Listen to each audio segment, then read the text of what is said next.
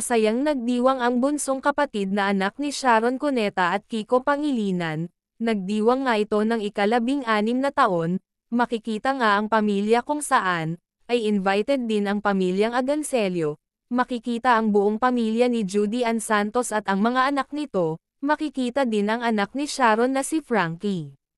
Birthday to you. Happy birthday to you. Happy birthday, happy birthday. Happy birthday to you. Happy birthday to you. Happy birthday to you. Happy birthday. Happy birthday. Happy birthday to you. Happy birthday.